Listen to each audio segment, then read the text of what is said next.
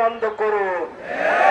আর সেই দরজা যদি বন্ধ না করেন, আওয়ামী লীগে যেই পথে তারা মানুষের উপর জুলুম নির্যাতন করে ক্ষমতায় অন্ধে তারা হয়ে পাগল হয়ে গিয়েছিল এবং দেশ ত্যাগে বাধ্য হয়েছিল, সে ধরনের পরিস্থিতির জন্য নিজেরাই নিজেদের পথ তৈরি করতে থাকো।